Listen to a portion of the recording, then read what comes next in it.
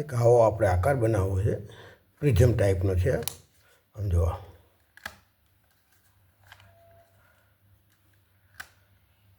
આ રીતે આકાર બનાવવો છે. તો આની અંદર આવા 3 ટુકડા જોશે. 3 ચોરસ કાગળ લેવાના. ચોરસ કાગળ લેવાના અને સામસામેના ખૂણા ભેગા કરી દેવાના. ભેગા કર્યા પછી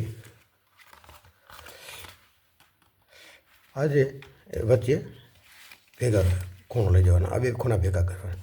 આ 2 ખૂણા ભેગા કર્યા પછી પાછા લઈ જવાનો. આ બાજુ અને આ બાજુ 2 વચ્ચે લાવવાની આ રીતે આમ, અને આ આપણે વચ્ચે લાવવાની. આ વચ્ચે લાવ્યા પછી આ જે ઉપરનો ત્રિકોણ છે એ આપણે વારી દેવાનો. વાર્યા પછી અહીંથી આ નિશાની છે ત્યાંથી આ કાગળ વાળવાનો છે. વાર્યા પછી કાગળ ઉતરાઈને અંદર આ મૂકી દેવાનો છે આ રીતે આમ. પછી એ રીતે અહીંયા છે ઉપર કાગળ વાળવાનો છે. અહીંથી વારી દેવાનો.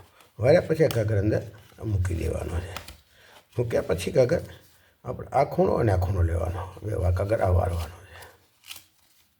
વાર્યા પછી અહીંથી આગળ અહીં પાછળ વાળવાનો. આ કાગળ છે અહીંથી પાછળ વાળવાના. આ છૂટો મૂકી દેવાનો. તો આ રીતે આપણે 3 કાગળ બનાવવાના. 3 કાગળ લેવાના છે. હવે પછી શું કરવાનું, આ ખૂણો લેવાનો. જે આ ખૂણો છે એની અંદર ફસાવાનો આ રીતે.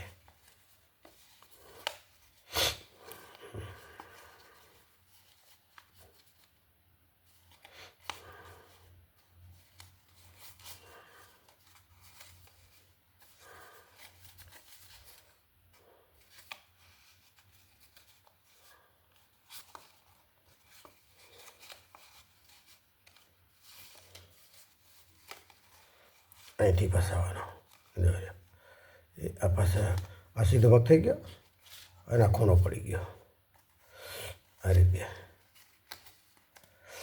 પછી આ પગ અહીંથી લેવાનો, ખૂણો કરવાનો. આ સીધો કર્યો, આ સીધો કર્યો, અહીંયા આ ફસાઈ દેવાનો પગમાં.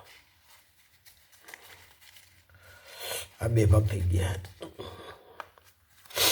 હવે ત્રીજો ભાગ લેવાનો છે આના. ત્રીજો ભાગ લઈને આની વચમાં બેસાડી દેવાનો. અહીંયા આ રીતે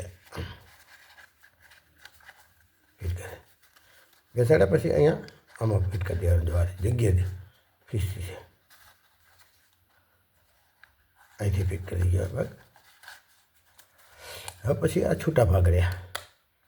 આ છૂટા ભાગ અહીંથી અહીંયા ફિટ થઈ ગયા. આ ભાગ અહીંયા ફિટ થઈ ગયો.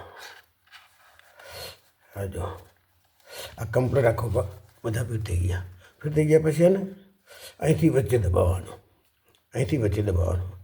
આ 3 કર્યો. બરાબર. પછી આપણે અહીંથી દબાવવાનું. ભેગો ખુલી જાય. અહીં દબા ખુલી જાય. હા ખુલી જાય. જો આ રીતે.